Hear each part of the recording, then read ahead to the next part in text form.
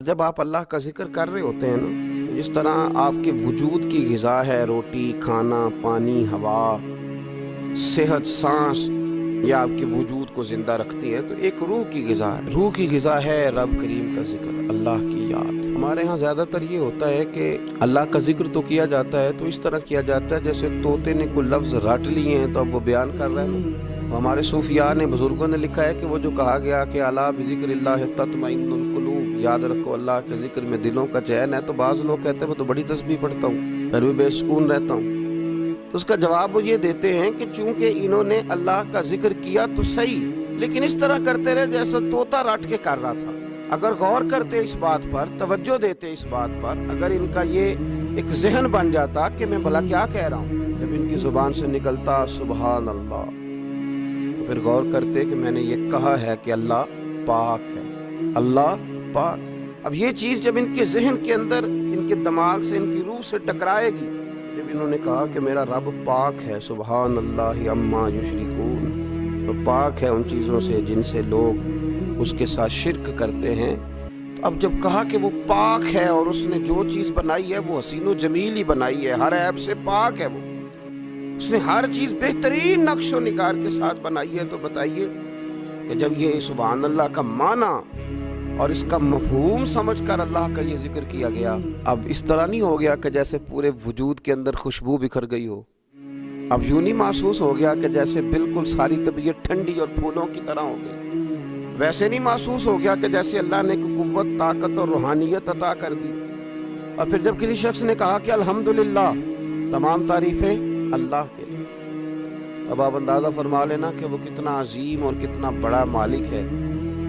کہ کہا جا رہا ہے کہ میں کسی کی کوئی جھوٹی تعریف نہیں کروں گا، مجھ سے کسی کی خوشامد نہیں ہوتی،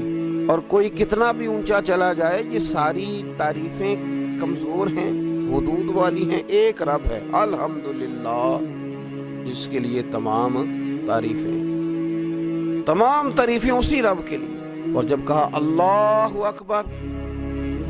اللہ بہت بڑا، جب اس کی زبان سے یہ جملے نکلتے ہیں تو آپ ذرا غور فرمائیں کہ وہ کہاں پہنچ جاتا ہے۔ وہ پھر کیا کبھی کسی سے ڈرے گا؟ وہ کسی چیز کا خوف طاری کرے گا؟ کوئی چیز ایسی ہوگی جو اس کے نفسیات پر حاوی ہو سکے؟ سب سے بڑا تو اللہ ہے،